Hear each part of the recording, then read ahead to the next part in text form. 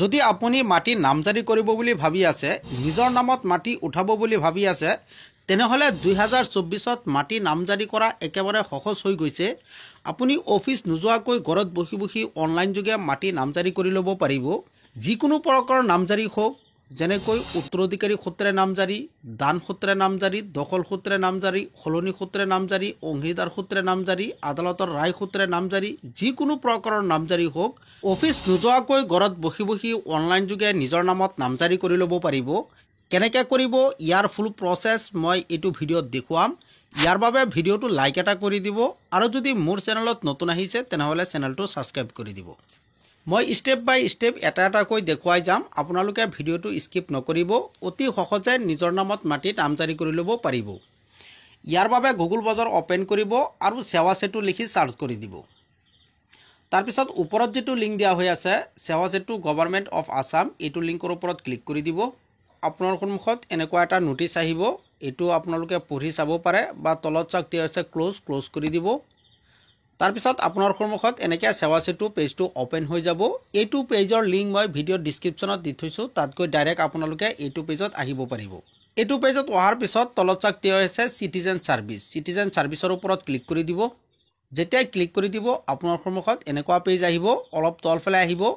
ইয়াত চাওক সেৱা সেতু পৰ্টেলৰ ছাৰ্ভিচসমূহ দিয়া হৈ আছে, আপোনালোকে চাব পাৰে। ইয়াত চাওক 31টা পেজ দিয়া হৈ আছে, এই গোটেইকেইটা সেৱা সেতু পৰ্টেলৰ ছাৰ্ভিচ। ইয়াত চাওক দিয়া হৈ আছে চাৰ্চ, ইয়াত আপোনালোকে মিউটেশ্যন বাই ডেট ৰেজিষ্ট্ৰেশ্যন লিখি চাৰ্চ কৰি দিব। এনেকৈ আপোনাৰ সন্মুখত আহি যাব। ইয়াত চাওক দিয়া আছে মিউটেশ্যন আফটাৰ ডেট ৰেজিষ্ট্ৰেশ্যন ৰুৰাল/উৰবান। তাৰপিছত ইয়াত চাওক দিয়া আছে প্ৰচেডত ক্লিক কৰি দিব। যেতিয়াই ক্লিক কৰি দিব আপোনাৰ সন্মুখত এনেকৈ আহি যাব। ইয়াত চাওক লেংগুৱেজ দিয়া হৈ আছে, যদি আপুনি এইটো অসমীয়া কৰি ল'ব বিচাৰে তেনেহ'লে কৰি ল'ব পাৰিব। এপ্লাই কৰিবলৈ ইয়াত চাওক দিয়া আছে এপ্লাইত ক্লিক কৰি দিব। আপোনাৰ সন্মুখত এনেকুৱা পেজ আহিব। ইয়াত চাওক 4টা অপশ্যন দিয়া হৈ আছে, এটা হ'ল চিটিজেন, আৰু এটা হ'ল PFC, আৰু এটা হ'ল CHC, আৰু এটা হ'ল অফিচিয়েল। আপোনালোকে ইয়াত চিটিজেন চিলেক্ট হৈ আছে, এনেকৈ ৰাখি দিব। তাৰপিছত তলত চাওক দিয়া হৈ আছে লগইন/ৰেজিষ্ট্ৰেশ্যনত ক্লিক কৰি দিব। তাৰপিছত আপোনাৰ সন্মুখত এনেকুৱা পেজ আহিব। এইটো পেজত এপ্লাই কৰিবলৈ প্ৰথমতে আপোনাৰ এটা একাউণ্ট ক্ৰিয়েট কৰিব লাগিব। যদি আপুনি আগৰ পৰাই একাউণ্ট ক্ৰিয়েট কৰি ৰাখিছে তেনেহ'লে ইয়াত ইউজাৰ নেম আৰু ইয়াত পাছৱৰ্ড বহাই আপুনি লগইন কৰিব পাৰিব। আৰু যদি ফাৰ্ষ্ট টাইম এপ্লাই কৰি আছে, আপুনি একাউণ্ট ক্ৰিয়েট কৰা নাই, তেনেহ'লে তলত চাওক দিয়া হৈছে নিউ ইউজাৰত ক্লিক কৰি দিব। তাৰপিছত আপোনাৰ সন্মুখত একাউণ্ট ক্ৰিয়েট কৰাৰ বাবে এনেকুৱা এটা ফৰ্ম আহিব, এই ফৰ্মটো ফিল কৰিব লাগিব। ৰেজিষ্ট্ৰেশ্যন কৰাৰ বাবে প্ৰথমতে ইয়াত চাওক দিয়া আছে মোবাইল নম্বৰ, ইয়াত মোবাইল নম্বৰটো বহুৱাই দিব। তাৰপিছত জেনেৰেট OTPত ক্লিক কৰি দিব। আপোনাৰ মোবাইলত এটা OTP পঠিয়াব, OTPটো বহুৱাই ভেৰিফিকেশ্যন কৰি দিব। তাৰপিছত গিভেন নেম, ইয়াত আপোনাৰ নামটো বহুৱাই দিব। তাৰপিছত ইউজাৰ নেম, ইয়াত এটা ইউজাৰ নেম বনাই বহুৱাই দিব। তাৰপিছত পাছৱৰ্ড, ইয়াত এটা পাছৱৰ্ড বনাই বহুৱাই দিব। পাছৱৰ্ডটো কেনেকুৱা হ'ব লাগিব তলত দিয়া হৈ আছে, সেইমতে আপুনি পাছৱৰ্ডটো বনাই বহুৱাই দিব। তাৰপিছত কনফাৰ্মৰ বাবে আকৌ ইয়াত বহুৱাই দিব। তাৰপিছত জেণ্ডাৰ, ইয়াত ক্লিক কৰি আপোনালোকে জেণ্ডাৰটো চিলেক্ট কৰি দিব। তাৰপিছত ডেট অফ বাৰ্থ, ইয়াত আপোনাৰ ডেট অফ বাৰ্থটো বহুৱাই দিব। তাৰপিছত ইয়াত পাৰ্চনেল কিবা এটা মেছেজ লিখি দিব। তাৰপিছত এই কেপচাৰটো ইয়াত বহুৱাই দিব আৰু এইটো বক্সত টিক চিন লগাই দিব আৰু চিঙিনত ক্লিক কৰি দিব। যেতিয়াই চিঙিনত ক্লিক কৰি দিব আপোনাৰ একাউণ্ট ক্ৰিয়েট কমপ্লিট হৈ যাব। আপোনাৰ সন্মুখত এনেকুৱা পেজ আহিব। ইয়াত চাওক দিয়া আছে গেট ষ্টাৰ্টেড ক্লিক কৰি দিব। তাৰপিছত আপোনাৰ সন্মুখত ভেৰিফিকেশ্যন কৰাৰ বাবে এনেকুৱা পেজ আহিব, অলপ তলফালে আহিব। ইয়াত চাওক 2টা অপশ্যন দিয়া হৈ আছে। যদি আপোনাৰ আধাৰ কাৰ্ড আছে তেনেহ'লে প্ৰথমটো চিলেক্ট কৰিব, আৰু যদি আপোনাৰ তাত আধাৰ কাৰ্ড নাই বা আধাৰ কাৰ্ডৰ OTP দিব নোৱাৰিব তেনেহ'লে তলত চাওক দিয়া আছে আই ডো নট হেভ আধাৰ, এইটো চিলেক্ট কৰি দিব।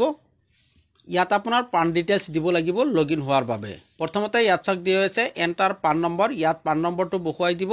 তাৰপিছত ইয়াত ফাৰ্ষ্ট নেম, যদি মিডল নেম থাকে তেনেহ'লে ইয়াত বহুৱাই দিব। তাৰপিছত লাষ্ট নেম, এইকেইটা বহুৱাই দিব। তাৰপিছত ভেৰিফাই ইউৰ পানত ক্লিক কৰি দিব। এনেকৈ পান কাৰ্ড ছাকচেছফুলি ভেৰিফাইড এনেকুৱা দেখুৱাব, অ'কে কৰি দিব। তাৰপিছত অলপ তলফালে আহিব। ইয়াত চাওক দিয়া হৈছে চেল্ফ ডিক্লেৰেশ্যন, এইকেইটা আপোনালোকে য়েছ ন' কৰি দিব।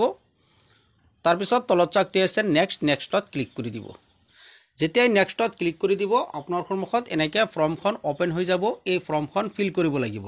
প্ৰথমতে ইয়াত চাওক দিয়া হৈছে লেণ্ড ডিটেইলছ ইয়াত লেণ্ড ডিটেইলছ দিব লাগিব প্ৰথমতে ইয়াত চাওক দিয়া হৈছে সিলেক্ট ডিস্ট্ৰিক্ট ইয়াত ক্লিক কৰি দিব আৰু ইয়াৰ পৰা আপোনাৰ যেটো ডিস্ট্ৰিক্ট হয় সেই ডিস্ট্ৰিক্টটো সিলেক্ট কৰি দিব তাৰ পিছত চুইচ সাৰ্কুল ইয়াত ক্লিক কৰি দিব আপোনাৰ যেটো সাৰ্কুল হয় সেই সাৰ্কুলটো ইয়াৰ পৰা সিলেক্ট কৰি দিব তাৰ পিছত প্লিজ ইয়াৰ পৰা আপোনাৰ ব্লেজটো সিলেক্ট কৰি দিব তাৰ পিছত অলপ তলফালে আহিব তাৰ পিছত ইয়াত চাওক দিয়া হৈ আছে আপুনি অফিস মুটেশনৰ বাবে আবেদন কৰিব বিচাৰে নেকি যদি বিচাৰে তেনেহলে এটো বক্সত টিক চিন লগাই দিব আৰু নহলে এনেকৈ ৰাখি দিব তাৰ পিছত সুইচ দাগত ক্লিক কৰি দিব আপোনাৰ মাটিৰ যেটো দাগ নম্বৰ হয় সেই দাগ নম্বৰটো ইয়াৰ পৰা সিলেক্ট কৰি দিব এনেকৈ দাগত মাটি কিমান আছে গুটিখিনি আহি যাব ডিটেইলছ তাৰ পিছত তলত চাওক দিয়া হৈ আছে সিলেক্ট ট্ৰান্সফাৰ টাইপ ইয়াত ক্লিক কৰি দিব আপোনাৰ সন্মুখত এনেকুৱা এটা লিষ্ট আহি যাব খৰিদাৰ সূত্ৰে দান ও দখল সূত্ৰে খলনি সূত্ৰে অংশীদাৰ সূত্ৰে আদালতৰ ৰায় সূত্ৰে উইল বা প্ৰাইভেট সূত্ৰে তাৰ পিছত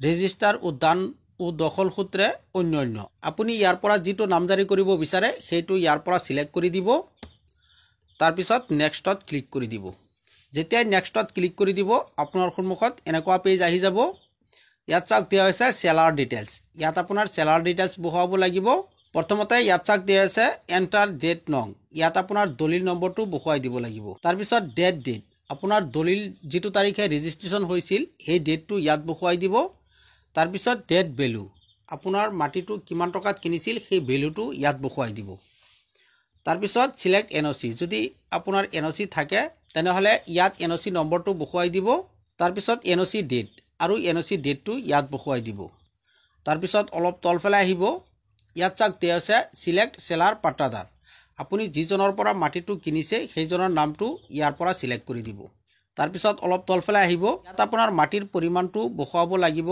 আপুনি কিমান মাটি নামজাৰি কৰিব বিচাৰে ইয়াত বিঘাটো বহুৱাই দিব ইয়াত কটা আৰু ইয়াত লেছাটো বহুৱাই দিব তাৰ পিছত ইয়াত চাওক দিয়া আছে যদি আপোনাৰ নাম আগৰ পৰাই এটো পাট্টাত আছে আগৰ পৰাই এটো পাট্টাত আৰু মাটি আপোনাৰ আছে তেনেহলে ইয়াত ইয়েছটো সিলেক্ট কৰি দিব আৰু যদি আপোনাৰ নামত এটো পাট্টা আৰু এটো দাগত মাটি নাই তেনেহলে নোটো সিলেক্ট কৰি দিব মই নোটো সিলেক্ট কৰি দেখুৱাই দিছো যেতিয়া নোটো সিলেক্ট কৰি দিব তলফালে এনেকুৱা এটা ফৰ্ম আহি যাব এই ফৰ্মটো ফিল কৰিব লাগিব প্ৰথমতে নামটো এনেকৈ নিজে নিজে আহি যাব তাৰ পিছত ইয়াত অসমীয়াত নামটো বহুৱাই দিব তাৰ পিছত ইয়াৰ পৰা জেন্ডাৰটো সিলেক্ট কৰি দিব ইয়াত গাৰ্জেন্টৰ নেমটো লিখি দিব ইয়াত অসমীয়াত গাৰ্জেন্টৰ নেমটো লিখি দিব তাৰ পিছত ইয়াত গাৰ্জেন্টৰ লগত কি সম্পৰ্ক ইয়াৰ পৰা সম্পৰ্কটো সিলেক্ট কৰি দিব তাৰ পিছত ডেট অফ বাৰ্থটো ইয়াত বহুৱাই দিব যদি নিজে নিজে আহি যায় তেনেহলে বহুৱাব নালাগে তাৰ পিছত ইয়াত ফুল এড্ৰেছটো লিখি দিব তাৰ পিছত মোবাইল নম্বৰটো এনেকৈ নিজে নিজে আহি যাব তাৰ পিছত অলপ তলফালে আহিব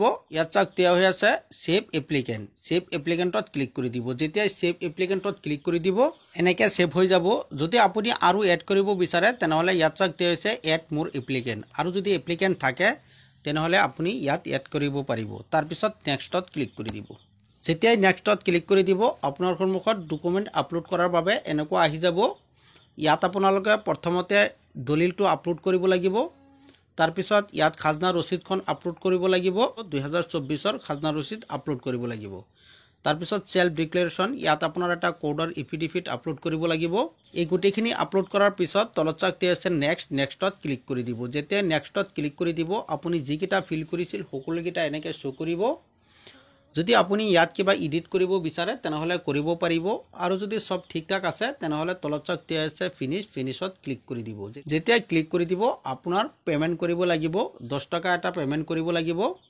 পেমেন্টটো কৰি দিয়াৰ পিছত আপোনাৰ এপ্লিকেশন কমপ্লিট হৈ যাব এনেকৈ আপুনি মাটি নামজাৰি কৰাৰ বাবে এপ্লিকেশন কৰিব পাৰে যদি ভিডিওটো ভাল লাগে তেনেহলে লাইক এটা কৰি দিব আৰু যদি কিবা জানিব লগা থাকে তেনেহলে কমেন্ট কৰিব পাৰে